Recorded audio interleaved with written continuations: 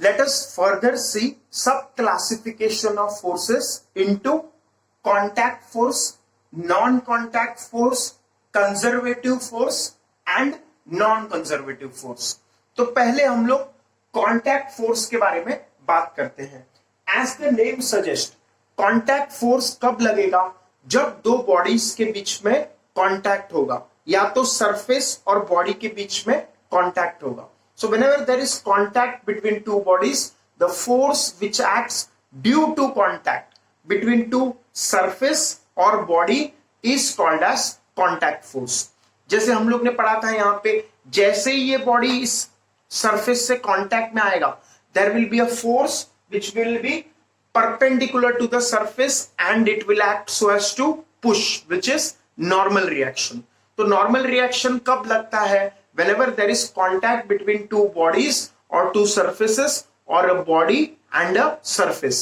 तो उस केस में contact की वजह से जो force लग रहा है, that is called as contact force. Hence, normal reaction is a contact force. Similarly, आगे जाके हम लोग अगला चैप्टर लेंगे which is friction. वहां पे हम लोग friction force के बारे में बात करेंगे. Friction will oppose relative motion. अगर ये बॉडी आगे जा रहा है तो फ्रिक्शन पीछे होगा, तो फ्रिक्शन भी कांटेक्ट रहेगा सरफेसेस के बीच में, तभी एक्ट करेगा. Hence friction and normal reaction are examples of contact forces. Okay, then let us come to next sub classification which is non contact forces. As the name suggest, non contact मतलब contact न होना. तो कौन से ऐसे forces है जो without contact लगते हैं? तो हम लोग ने देखा था ग्रेविटेशनल फोर्स. दो ऑब्जेक्ट्स के बीच में ग्रेविटेशनल फोर्स लगेगा विदाउट कांटेक्ट. दो masses, even if they are separated by a distance, there is a gravitational force of attraction. Gravitational force is a non contact force. Similarly electrostatic force, हम लोग ने देखा था, दो अगर हम लोग मार्कर के ढक्कन लिए और फिर इनको हम लोग ने चार्ज दिया, तो ये चार्ज मान लो दोनों पे पॉजिटिव है, तो these two positive charges will repel each other without contact with each other. तो वो कौन सा फोर्स होगा जो कि रिपल्शन के लिए जिम्मेदार है? तो that is electrostatic force which is a non contact force. Contact के बिना भी दो चार्जेस एक दूसरे को अट्रैक्ट कर सकते हैं, रिपेल कर सकते हैं. सिमिलरली मैग्नेटिक फोर्स भी नॉन कॉन्टैक्ट फोर्स है, क्योंकि दो मैग्नेट के नॉर्थ पोल्स आपस में रिपेल करते हैं, नॉर्थ पोल और साउथ पोल एक दूसरे को अट्रैक्ट करते हैं विदाउट कॉन्टैक्ट. तो that these three are examples of non-contact forces. Okay, so further let us see the third sub-classification of force, which is conservative force. तो conservative force समझने के लिए हम लोग थोड़ा सा एक डायग्राम बनाएंगे और फिर समझने का कोशिश करेंगे कि what is conservative force. तो first of all, conservative force means a force which acts, और अगर उस फोर्स के कारण work done in a round trip is zero. तो यहां पे अच्छे से पढ़ो definition. If the work done by a force in a round trip is zero, then the force is called as conservative force. अगर work done by the force in a round trip, round trip मतलब क्या? जहां से निकला था वहीं पे वापस आना. जैसे अगर तुम राउंड ट्रिप मारते हो इंडिया से फॉरेन का, तो यहां से इंडिया से ऑस्ट्रेलिया गए, ऑस्ट्रेलिया से लंदन गए, फिर यहां वहां जाके वापिस अगर इंडिया में आए, तो what we will call it is a round trip. Round trip मतलब जहां से निकला है वहीं पे वापस आना.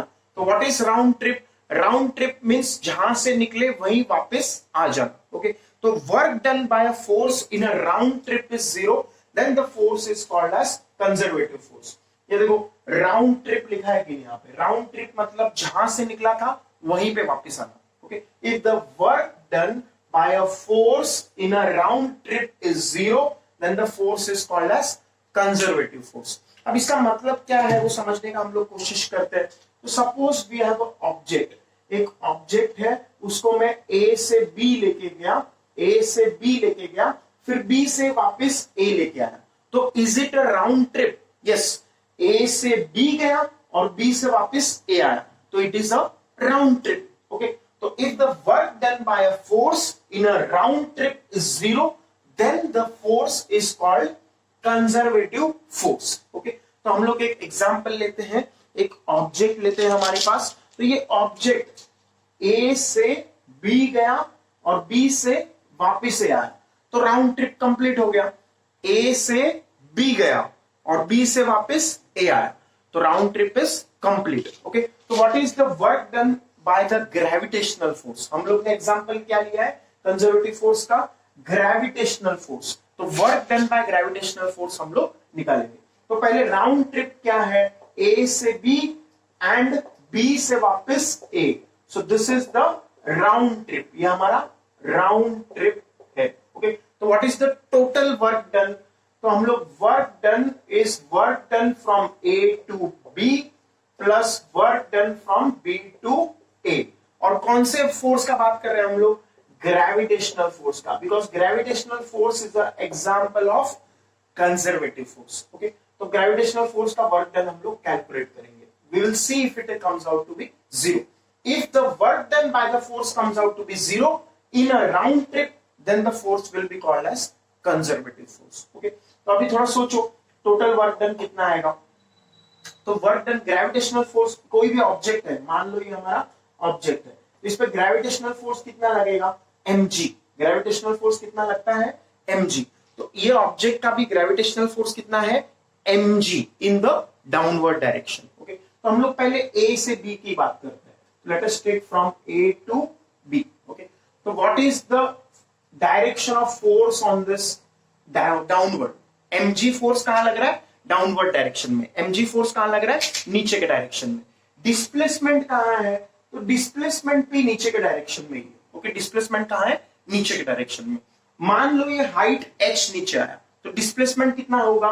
h in downward direction, displacement will be h। Okay, तो यहां पे जब a से b जा रहा है तो फोर्स भी नीचे के डायरेक्शन में है, डिस्प्लेसमेंट भी नीचे के डायरेक्शन में।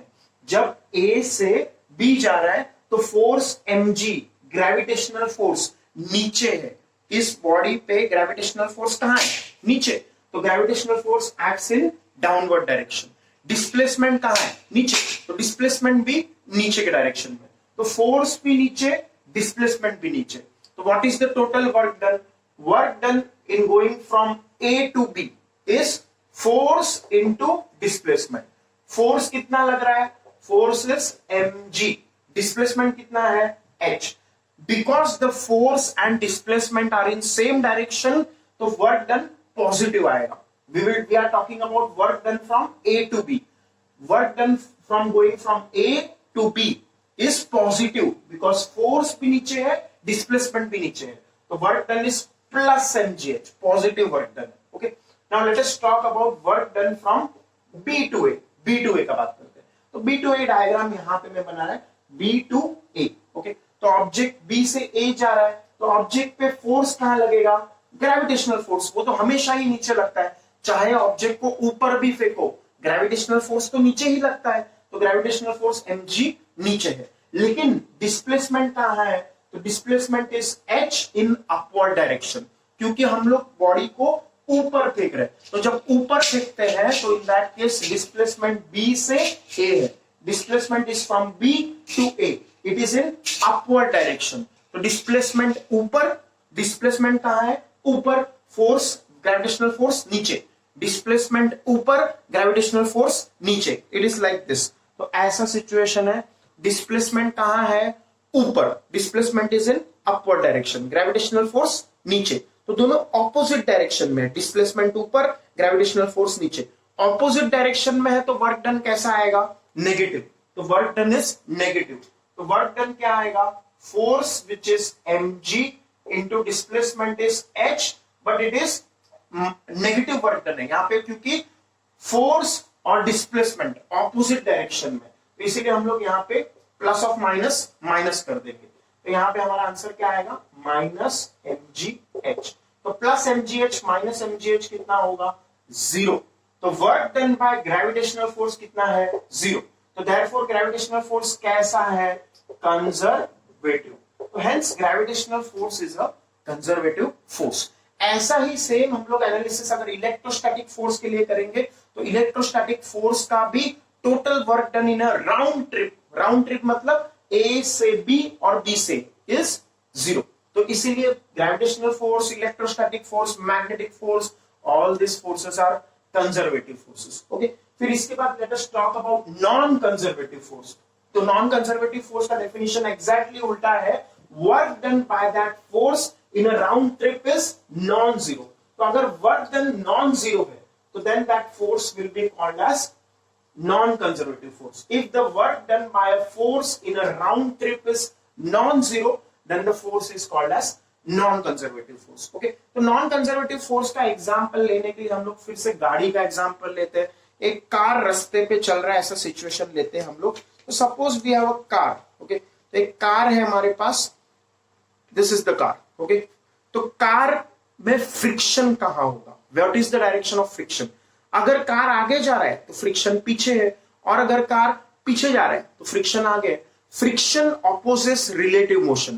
कार आगे जाएगा तो फ्रिक्शन पीछे होगा, कार पीछे जाएगा तो फ्रिक्शन आगे होगा। ओके, तो let us do the analysis. So एक हम लोग ने रोड बनाया और एक रोड पे हम लोग ने कार बना दिया। Suppose this is the car. Okay, तो कार के टायर। अब मान लो ये कार कहां से कहां गया, तो ये पॉइंट है मान लो ए, और यहां से मान लो कार यहां आ रहा है पॉइंट बी पे। Suppose this is point B, ये हमारा कार, ये B point, this is point B.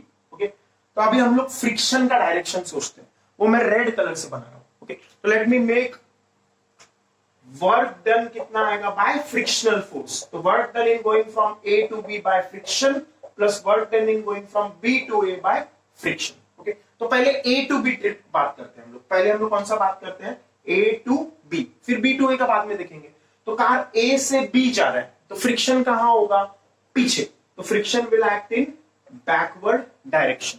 Displacement कहां है कार का? तो डिस्प्लेसमेंट कार का अगर हम लोग यहां पे देखेंगे तो A to B is in displacement is in forward direction. Right में डिस्प्लेसमेंट, फोर्स पीछे।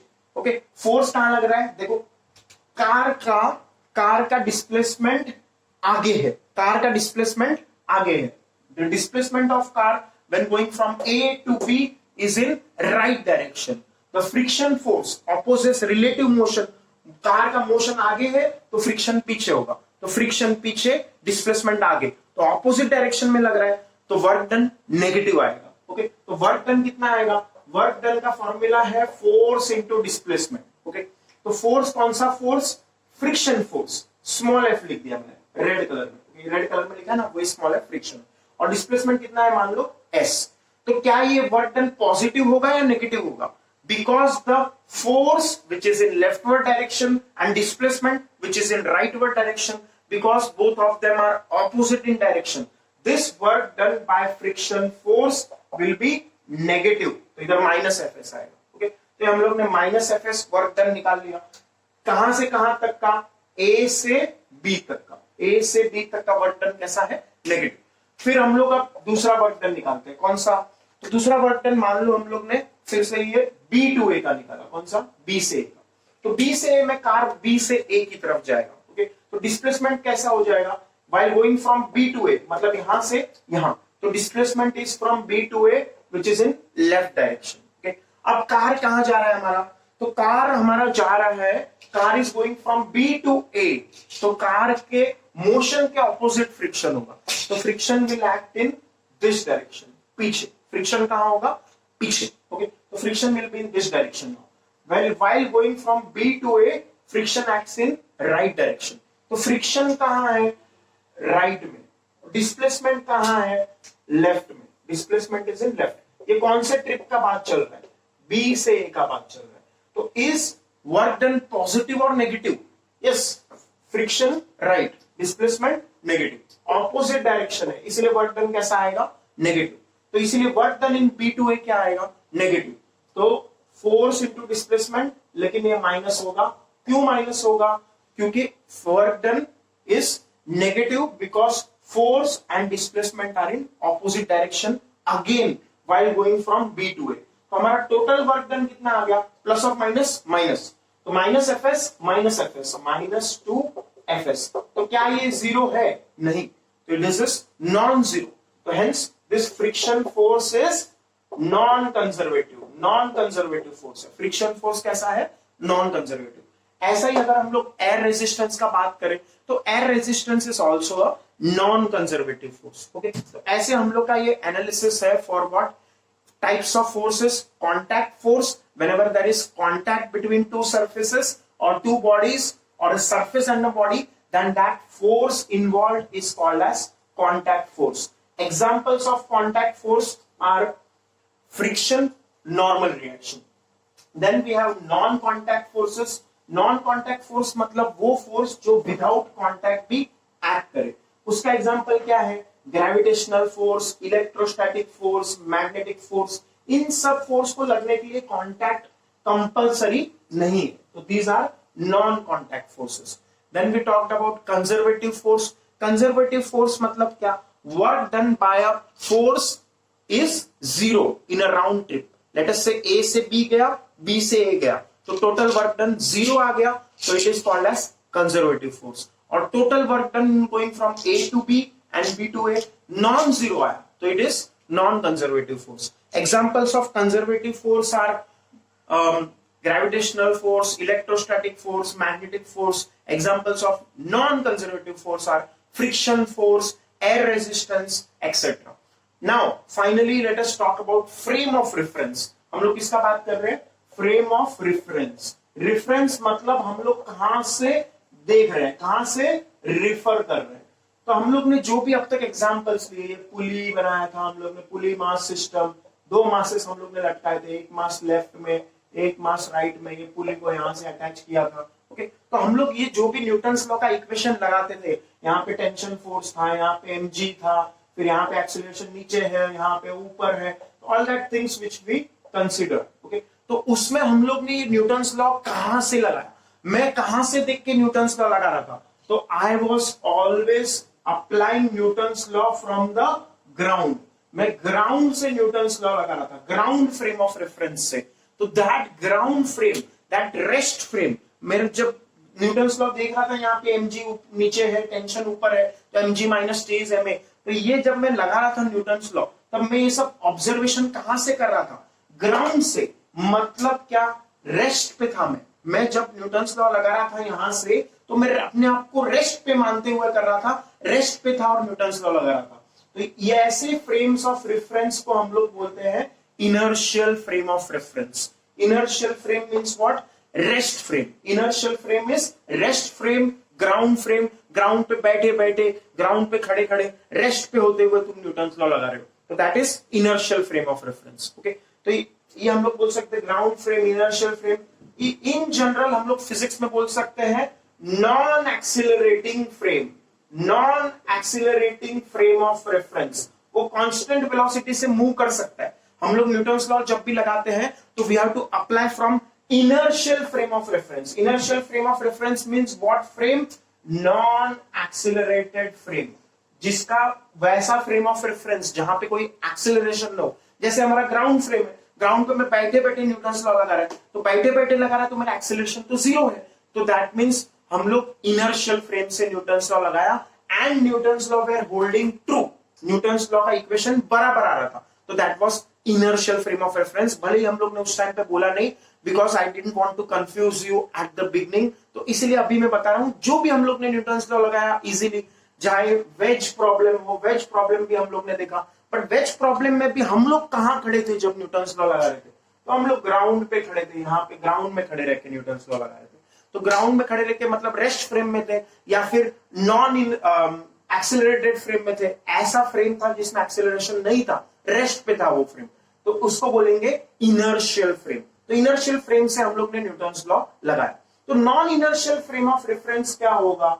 नॉन इनर्शियल क्या होगा? इनर्शियल मतलब हम लोग ने देखा ground frame, rest frame, non accelerated frame, non accelerated frame. तो of course non inertial frame उसका उल्टा होगा, वो एक्सेलरेटेड फ्रेम होगा, एक्सेलरेटेड फ्रेम होगा। नॉन इनर्शियल फ्रेम मतलब क्या? Accelerated frame. देखो ये कंफ्यूज होने वाला थोड़ा सा टॉपिक है, तो थोड़ा सा एकदम सिंपल सा सोचो, what is inertial frame of reference. जो हम लोग ने अब तक किया, जो पुली के क्वेश्चंस किए, वेज के क्वेश्चंस किए, तो जो भी क्वेश्चंस किए उसमें कुछ ऐसा डिफिकल्ट लगा क्या? बहुत नहीं, तो they were easy questions we just applied big force minus small force is mass into acceleration. तो वहां पे कुछ ऐसा हार्ड तो नहीं लगा किसी को, तो बस उतना ही करना है हम लोग को इतना समझना है कि हम लोग ने वो सब न्यूटन्स लॉ कहां से लगाया। तो हम लोग ने रास्ते पे बैठ के ये सब न्यूटन्स लॉ लगाया, ग्राउंड पे बैठ के ये सब लगाया न्यूटन्स लॉ। और ग्राउंड पे बैठा था तो रेस्ट पे थे मतलब एक्सेलरेशन नहीं था, तो नहीं एक्सेलरेशन था मतलब non accelerated frame. Non accelerated frame मतलब इनर्शियल फ्रेम, इनर्शियल फ्रेम मतलब non accelerated frame, inertial frame मतलब non accelerated frame, inertial frame मतलब नॉन एक्सेलरेटेड फ्रेम। हम लोग ने रेस्ट पे बैठे बैठे न्यूटन्स लॉ लगाया, कोई एक्सेलरेशन नहीं था मतलब नॉन एक्सेलरेटेड फ्रेम। हम लोग ने न्यूटन्स लॉ कहां से लगाया, वो फ्रेम जो रेस्ट पे हम लोग खड़े थे वो ग्राउंड पे खड़े थे, ग्राउंड पे हम लोग रेस्ट पे बैठे थे, रेस्ट पे बैठे थे मतलब एक्सेलरेशन नहीं था, एक्सेलरेशन नहीं था मतलब इनर्शियल फ्रेम था। नॉन एक्सेलरेटेड फ्रेम से हम लोग न्यूटन्स लॉ लगा सकते हैं। Non accelerated frame means inertial frame.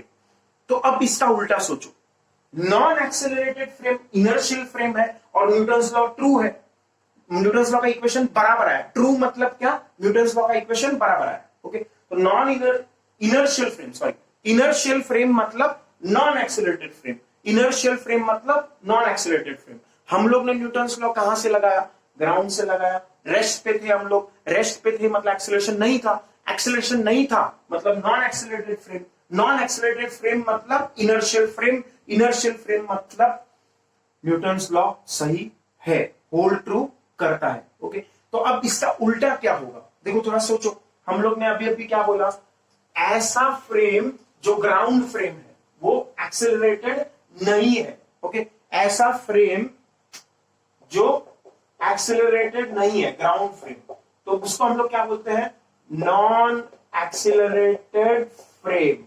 तो इसको हम लोग बोलते हैं inertial frame of reference, inertial frame of reference. Okay, और यहां पे न्यूटन्स लॉ होल्ड करेगा क्या, यस, न्यूटन्स लॉ हम लोग अप्लाई कर सकते हैं, तो न्यूटन्स लॉ होल्ड ट्रू। तो इसका उल्टा क्या होगा, non inertial frame. Non inertial frame मतलब कैसा, ये नॉन एक्सेलरेटेड था, इनर्शियल नॉन एक्सेलरेटेड, तो नॉन इनर्शियल कैसा होगा, एक्सीलरेटेड फ्रेम।